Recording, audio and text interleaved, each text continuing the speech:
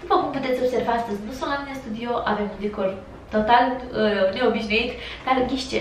Astăzi sunt într-un balcon cu foarte multă lumină naturală, care mă bucură enorm, pentru că mie nu lipsește lumina naturală. Eu acasă am 2 geamuri mici, la studio am 2 geamuri mici și nu intră suficientă lumină, astfel încât eu să pot să am un clip cu o lumină ok. Așa că puteți să acceptați astăzi decorul acesta și să discutăm pe baza subiectului pe care vreau să-l abordăm. Să-l abordăm pentru că vreau ca și voi să-mi lăsați în comentarii părerile voastre. După cum ați observat în titlu, astăzi vreau să abordez un subiect mai delicat, mai sensibil, spuneți cum vreți voi, pentru unii, bineînțeles. Eu sunt însă un om direct, o tipă destul de directă și sinceră, care spune lucrurilor pe nume și care își asumă chestia asta. Așa că dacă cumva o să aveți păreri diferite de-a mea, nicio problemă, vă respect părerea, știu să ascult și părerile celorlalți. Eu am subiectul acesta de foarte multă vreme pe listă și îmi doream de mult să-l abordez, însă ceea ce m-a făcut să-l abordez chiar astăzi este faptul că în ultima perioadă am observat atât de multă răutate pe Instagram, pe Facebook, în social media, între oameni care lucrează în același domeniu.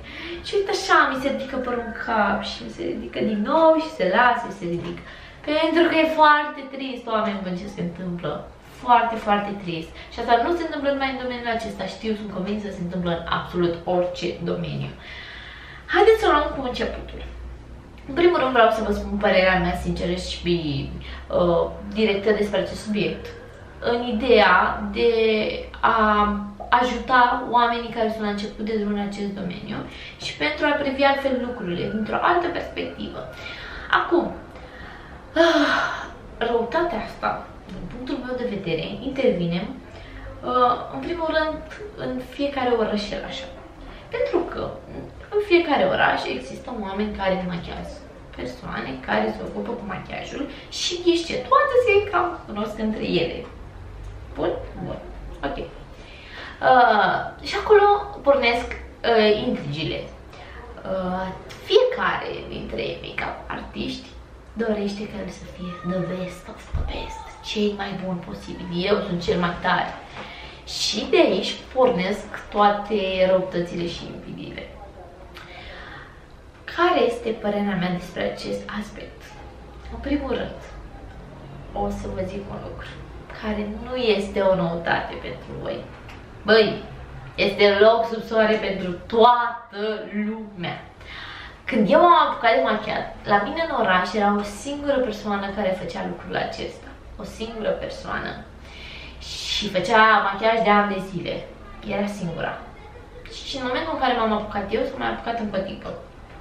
Acum, deci ce povestesc este vorba despre 2011.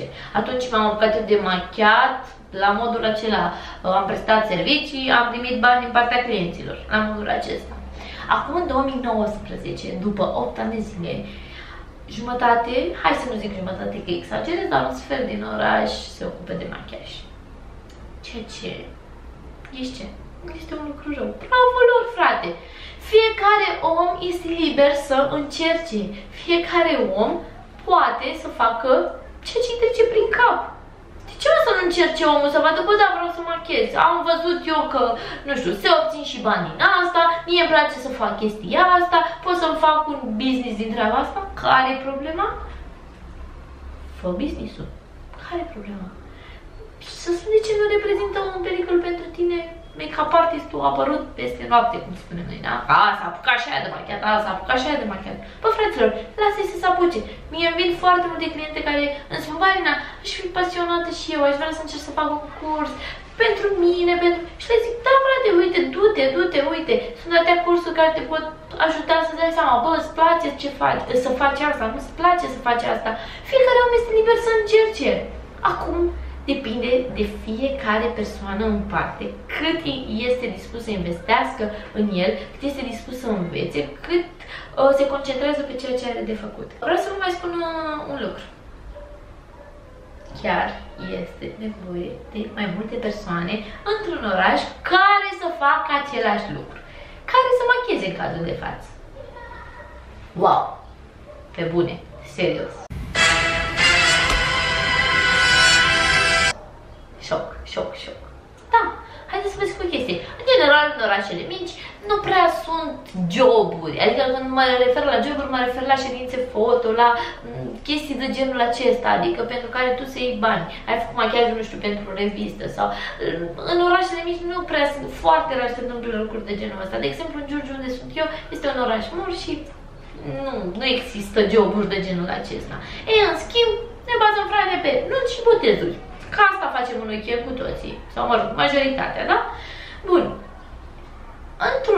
Într-o zi, da, de sâmbătă, sunt vreo 5 nunți. Și fiecare nuntă are un număr de, nu știu, minim 100 de persoane. Bă, deci, la 5 nunți sunt 500 de persoane. Gândește-te că jumătate sunt femei care vor să se machieze. Nu zic jumătate, era 100, dau un exemplu, 100 de femei, inclusiv doresc să se machieze pentru un eveniment. Băi, tu, ca și make-up artist, ai 2 mâini, ziua are tot 24 de ore pentru tine. Când să machiezi tu toate acele femei dacă tu ești cel mai bun și tu ești singurul de la tine din oraș? Când? Când? Pentru că, să zicem că încep la ora 2-3 dimineața și machiezi până seara la 8-9. Păi câte să faci? Mai mult de 20 de persoane nu ai cum să faci, acum exagerezi, pe bune. Adică nu ai, dacă vrei să faci treaba bună, adică dacă vrei să machiezi o bandă rulantă așa doar să spui că ai machiat, atunci ok, poți să machiezi poate, nu știu, 25. Dar mai mult de atât nu ai cum să faci.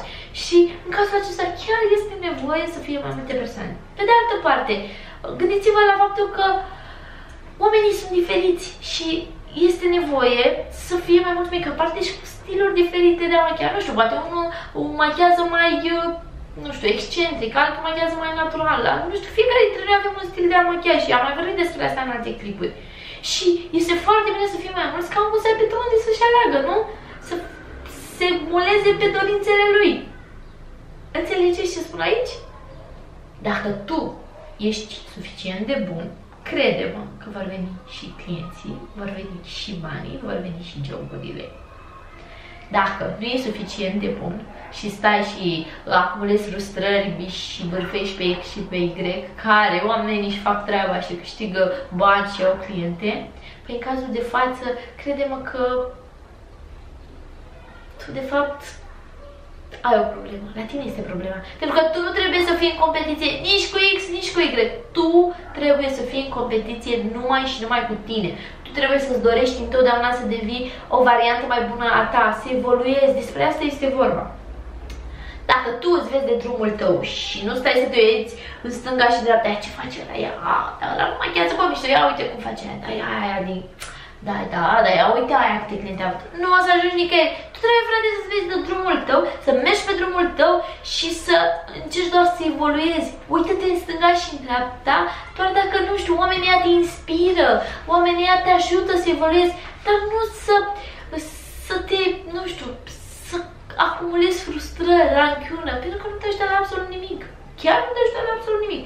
Iar despre ideea de a fi the best of the best, pentru că sunt persoane care își doresc foarte mult să... Bă, toți ne dorim să fim buni, da?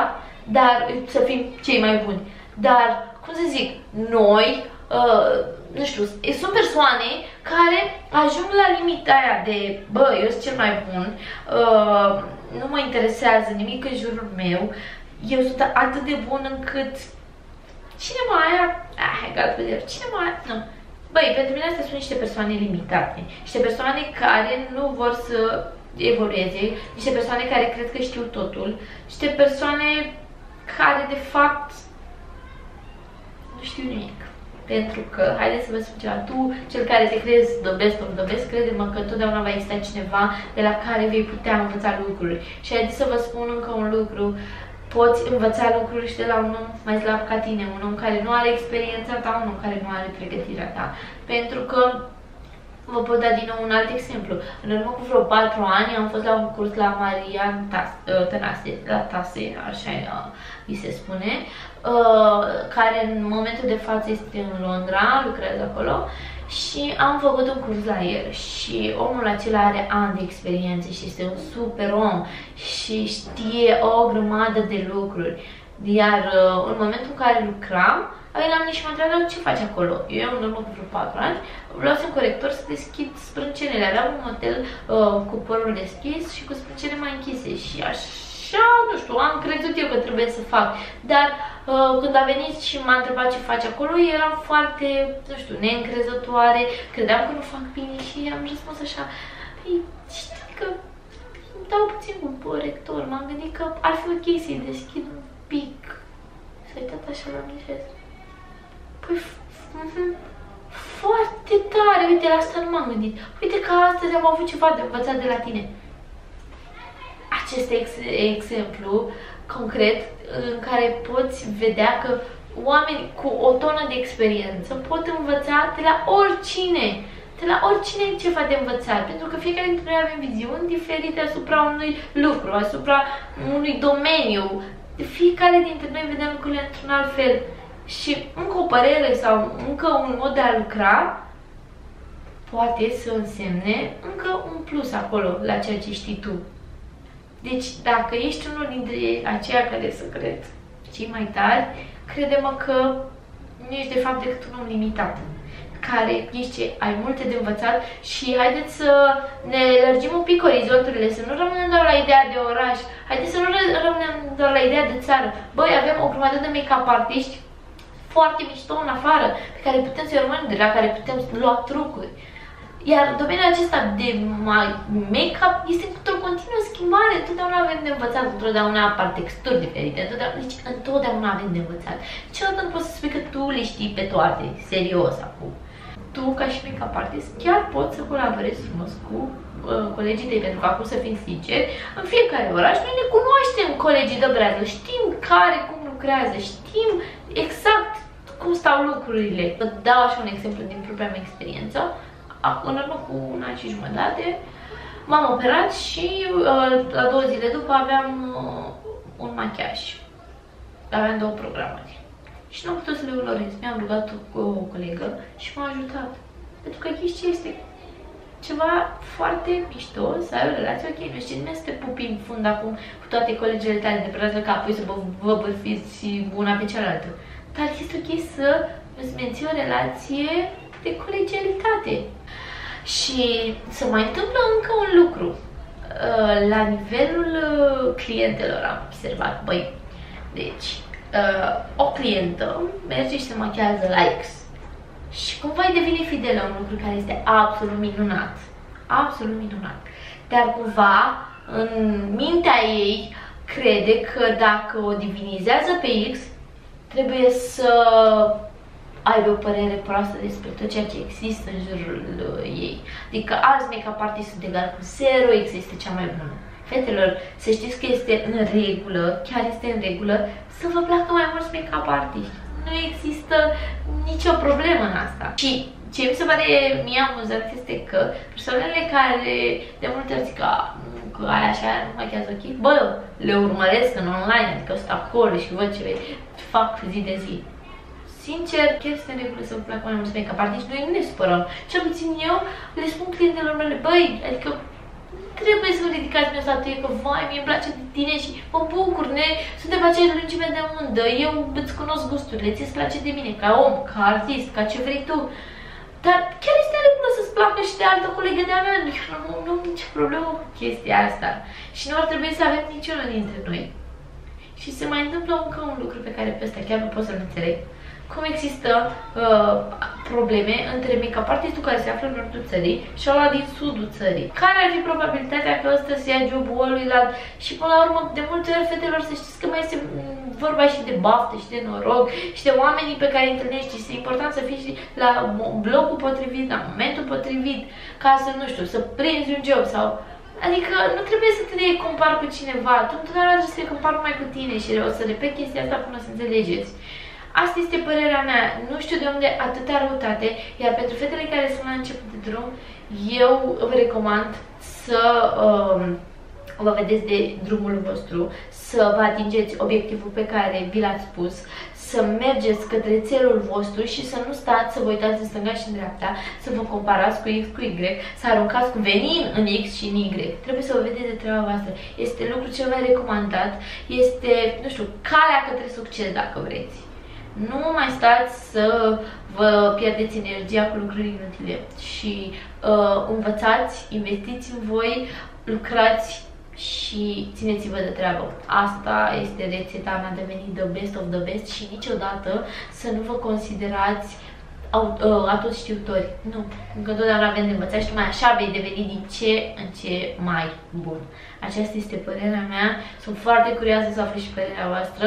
Vă mulțumesc că m-ați ascultat, vă mulțumesc că mi-ați suportat cadrul și este primul clip în care apar cu acest bretornaș. Sper că m-am făcut înțeleasă și sunt foarte curioasă să aud părerile voastre, să împărtășim și poate împreună putem să deschidem mai mulți ochi și să devenim mai chill, noi cu restul și noi cu noi. Pentru că până la urmă de aici pornesc toate lucrurile, din frustrările pe care le avem. Vă pup și ne auzim data viitoare!